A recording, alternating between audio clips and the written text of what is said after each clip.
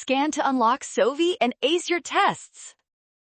Finding the average value of this exponential function over the interval from 1 to pi is fast if you follow these simple calculus steps.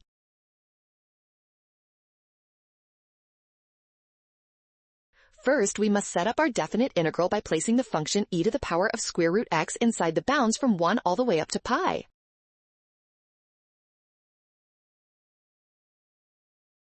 Next, we solve this integral using a quick substitution where u equals square root x, which helps us find the total area under the curve across our specific given interval. Finally, divide that total area by the interval width, pi minus 1, to get our final average value of 4.246.